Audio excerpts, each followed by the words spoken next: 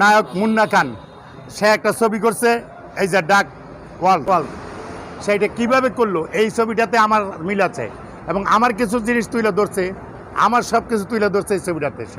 সে কীভাবে এইগুলি করলো এবং আমার কাছ থেকে পারমিশন না নেওয়া, সে কীভাবে এই ছবিটা করলো এই ছবিটাতে আমার মিল আছে এবং আমার কিছু জিনিস তুলে ধরছে, আমার সব কিছু তুলে ধরছে এই ছবিটাতে। সে কীভাবে এইগুলি করলো এবং আমার কাছ থেকে পারমিশন না নেওয়া, সে কীভাবে এই ছবিটা করলো, এটাই আমার প্রশ্ন। এবং এই যে এটা যদি ঠিকমতো জবাব দিতে পারে এবং ছবিটা পুরাটা যদি আমি দেখি, তাহলে বুঝতে পারবো আমার কী আছে না আছে। সে আমার কাছ থেকে পারমিশন না নিয়ে আমার ছবি করেছে, এটা তো হয় না, এটা আমি মাইনে নিতে পারতেছি না। এবং সে কীভাবে এটা করলো এবং তার বিরুদ্ধে এটা অ্যাকশন নেওয়ার জন্য আমি বলতে, এটা ট্রেইলার দেখে আমি বুঝতে পারছি। হ্যাঁ, লাইভ স্টোরি, ছোটোবেলায় বেড়ে উঠছি, ছোটোবেলার যে লাইভ স্টোরি এটা তো তুলে ধরছে। যে জঙ্গলে যে গেছি, বিভিন্ন জায়গায় গেছি, বিভিন্ন ফাইট করছি, বিভিন্ন ইয়ে করছি, এইসবগুলি তো তুলে ধরছি। না, আমি কিশোর গ্যাং না, কিশোর গ্যাং তো এখন 40 বছর আগে যান আপনি। ছোটোবেলায় যে সময় ছিলাম, ছোটোবেলায় যে সময় যা করছি, আমি যখন একটা দল করছি তখন আমি ওইখানে ছিলাম, ওইগুলি করছি এবং সেইগুলি উঠে ধরছে এবং সম্পূর্ণ কিছু আমার সাথে মিলে হুবাহু মিলতেছে। আমি যেভাবে চলছি হুবাহু এই মুন্না এইভাবেই চলতেছে, এইভাবেই ছবিটা করে নিচ্ছে। আমাকে অনুসরণ করে নেয়নি, আমি দেখবো তো ছবিটা পুরো দেখবো না, তাহলে সে দেখাক আমাকে, তাহলে সে দেখাক। আরে আমি দোষ দিতেছি না, আমি বলতেছি কি এটা তো আমার হিস্টোরি আছে, আমি ছোটবেলায় যা করতাম তাই আছে এখানে।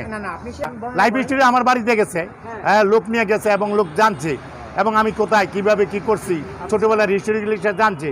সে ডিরেক্টর আমার বাড়িতে গেছে, আমি জানি কি আপনার ডিরেক্টর তো আমার বাড়িতে গেছে, আমি কি কোনোদিন বাঁচি?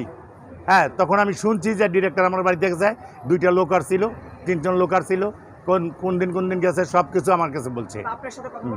আপনার আমার সাথে তো কথা বলে নাই, বাড়ির লোকের কাছ থেকে জানতে অংশটাই বেশি তুলে ধরছে, সব কিছু ছোটবেলার করছে।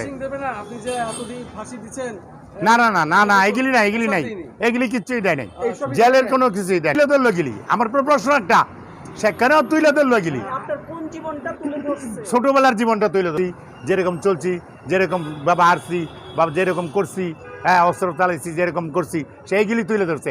মানে আমাকে অনুসরণ করে নকল করছে, সে আমার অনুসরণ করে এটা নকল করছে।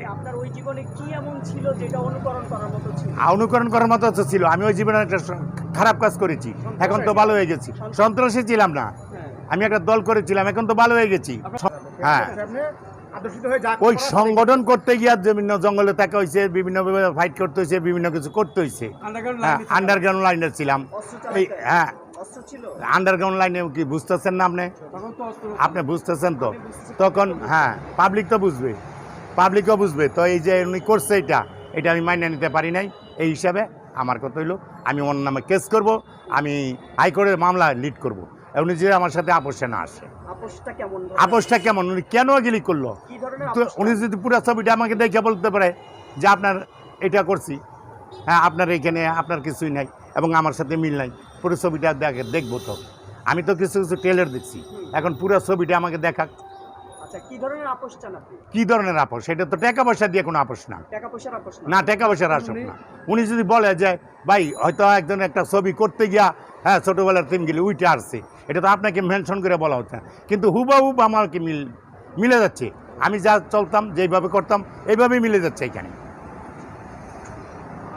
পরিবার নিয়ে আমি কোনো কথা বলতে আসি নাই আজকে, আমি আসছি এই ছবিটার বিরুদ্ধে অ্যাকশন নিতে। কেন করছি? আচ্ছা, কয়েকদিন পরে মুসলমানদের খুব বড় উৎসব, সেটা হলো কুরবানি ঈদ। এই দেখে আপনার কুরবানি আছে? না, আমি কুরবানি দিচ্ছি না। দিচ্ছেন না? আর্থিক অনটনের কারণে নাকি? আর্থিক সংকট আছে।